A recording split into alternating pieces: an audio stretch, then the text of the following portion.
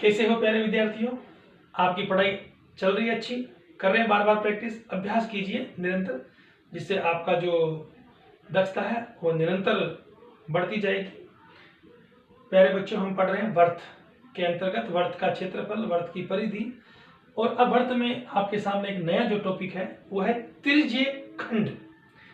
खंड का मतलब होता है भाग। किसी भी क्षेत्र का भाग जब बात की जाती है तो खंड कहलाता है। तो यहां पर देखिए, जैसे ये कोई वर्त है, इस वर्त को अगर मैं बराबर दो भागों में बांटूं इस प्रकार से, तो ये अलग हो गया, ये वर्त खंड कहलाएगा, क्योंकि इसका हमने बीच में से इसको इस प्रकार से काट दिया है ना। लेकिन अगर उसी वर्त को हम वर्त की दो त्रिज्याओं और एक चाप के द्वारा जो क्षेत्रफल बन रहा है, ये जो परिवृत्त क्षेत्र बनना, वर्त की दो त्रिज्याओं एवं चाप के द्वारा अंतिम जो क्षेत्रफल है वो क्या कहलाता है? त्रिज्यीय खंड का क्षेत्रफल। एक अलग टुकड़ा काट के रख दिया। जैसे मान लो अगर यहां से ये काट दें तो हमारे पास में क्या बचेगा? इस प्रकार का ये टुकड़ा बचेगा। तो ये जो ऊपर वाला भाग है ये कहलाता है इसका त्रिज्यीय खंड, और इसका हमें क्या ज्ञात करना है? क्षेत्रफल ज्ञात करना है। तो यहां मान लीजिए ओ केंद्र का कोई वर्त है, आर वर्त की त्रिज्या है, और थीटा ए ओ बी एक 180 डिग्री से कम का कोण थीटा है, अर्थात इस चाप के द्वारा केंद्र पर जो अंतरित कोण है वो कितना है भाई? थीटा डिग्री है। तो सबसे पहले हम ज्ञात करेंगे इसके चाप की लंबाई। तो केंद्र ओ पर थीटा कोण थीटा के द्वारा अंतरित कोण करने वाले, केंद्र पर थीटा कोण अंतरित करने वाले चाप की लंबाई ए से बी तक की ये लंबाई ज्ञात कर रहे हैं, यहां तक की ये लंबाई। अब देखो ये लंबाई किसमें से है? ये वर्त की पूरी लंबाई। तो वर्त की लंबाई क्या होती है? परिधि। ये लंबाई जो चाप की लंबाई है वो हमेशा परिधि में से होती है। अतः चाप की लंबाई बराबर वर्त की परिधि गुणा कुल कोण कितना बन रहा है? केंद्र में कोण बनता है 360 में से अंतरित कितना? Theta degree. तो 2 पाई आर गुणा थीटा बटा 360। तो ये होगी इसकी चाप की लंबाई। ये सूत्र कहां में लेंगे? अब यदि चाप, ये जो वर्त का जो चाप ए बी है वो केंद्र पर थीटा कोण अंतरित करता है, तो त्रिज्यीय खंड, ये जो इसके द्वारा ये परिवृत्त क्षेत्रफल, इसका क्षेत्रफल ज्ञात करना। तो अब देखिए, जब हमने चाप की बात की तो चाप परिधि में से कटता है, लंबाई में से कटता है, तो 2 पाई आर, और कुल कोण कितना? 360 में से थीटा, तो 2 पाई आर थीटा बटा 360। अब जो क्षेत्रफल है बच्चों, क्षेत्रफल कटता है उसके, जो त्रिज्यीय खंड है ना वो कटता है उसके क्षेत्रफल में से। पूरे क्षेत्रफल में से त्रिज्यीय खंड कटेगा, दो त्रिज्याओं के द्वारा परिवृत्त क्षेत्रफल है, तो उसको किसमें से काटेंगे? वर्त के क्षेत्रफल में से, पाई आर स्क्वायर में से। कुल कोण कितना बना केंद्र में? 360। कितना अंतरित है? Theta degree. तो इसका क्षेत्रफल हुआ त्रिज्यीय खंड का ए बराबर पाई आर स्क्वायर थीटा बटा 360।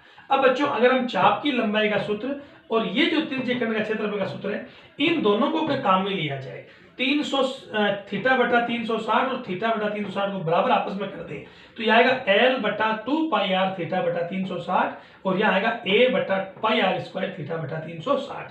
तो यहाँ पर 1 और 2 के उपयोग से अगर उपयोग किया जाए तो थीटा बटा 360 बराबर, दोनों को बराबर कर दिया जाए, तो हमारे पास में इस त्रिज्यीय खंड का जो क्षेत्रफल वो आता है ए बराबर 1/2 गुणा चाप की लंबाई, वर्त के चाप की लंबाई गुणा त्रिज्या। तो इस प्रकार से इसको सीधा भी ज्ञात किया जा सकता है। तो यहां पर देखो हमने ये सभी लिख दिया कि वर्त की त्रिज्या r है, वर्त का व्यास d, तो त्रिज्या का दुगना होता है, और त्रिज्या व्यास की आधी होती है। वर्त की परिधि हम जानते हैं क्या होता है? 2 पाई r, वर्त का क्षेत्रफल पाई आर स्क्वायर, वर्त के चाप की लंबाई 2 पाई आर गुणा थीटा बटा 360, वर्त के त्रिज्यीय खंड का क्षेत्रफल पाई आर स्क्वायर गुणा थीटा बटा 360, या हम ऐसे भी लिख सकते हैं त्रिज्यीय खंड का क्षेत्रफल 1/2 गुणा चाप की लंबाई गुणा आर। यदि किसी सवाल में हमें थीटा की बजाय चाप की लंबाई और त्रिज्या दी हुई है तो हम सीधा त्रिज्यीय खंड का क्षेत्रफल ज्ञात कर सकते हैं। देखो हमारे क्वेश्चन लेते हैं, एक वर्त के चाप की लंबाई 4 सेंटीमीटर व त्रिज्या 6 सेंटीमीटर है, तो त्रिज्यीय खंड का क्षेत्रफल ज्ञात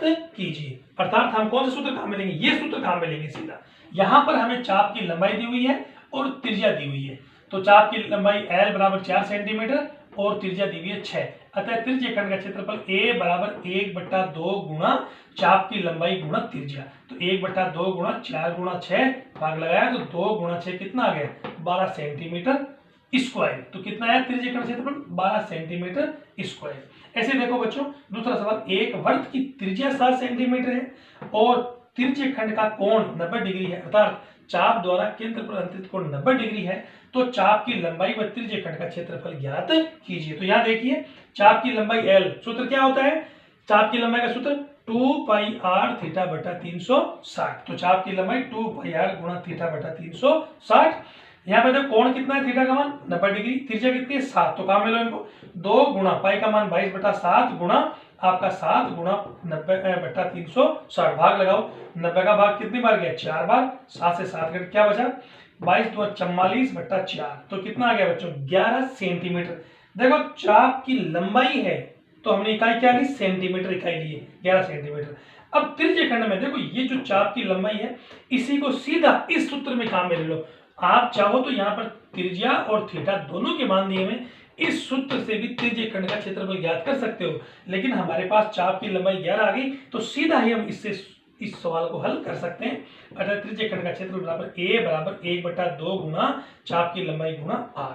अतः 1/2 गुना चाप की लंबाई क्या है 11, 11 गुना 7 तो 11 7 77 और उसका आधा कितना हुआ 38.5 सेंटीमीटर स्क्वायर, क्योंकि क्षेत्रफल है त्रिज्य खंड का तो सेंटीमीटर स्क्वायर। तो इस प्रकार से बच्चों आप वृत्त के चाप की लंबाई और वृत्त के त्रिज्य खंड का क्षेत्रफल अर्थात चाप की लंबाई और त्रिज्या दी हुई है तो इस प्रकार से आप वृत्त के त्रिज्य खंड और चाप की लंबाई को आसानी से ज्ञात कर सकते हो। इससे संबंधित आपके कई बार परीक्षा में सीधा सूत्र भी पूछा हुआ है या फिर इनसे संबंधित एक सवाल 2 नंबर या 3 नंबर का आपके जरूर परीक्षा में आता है। धन्यवाद।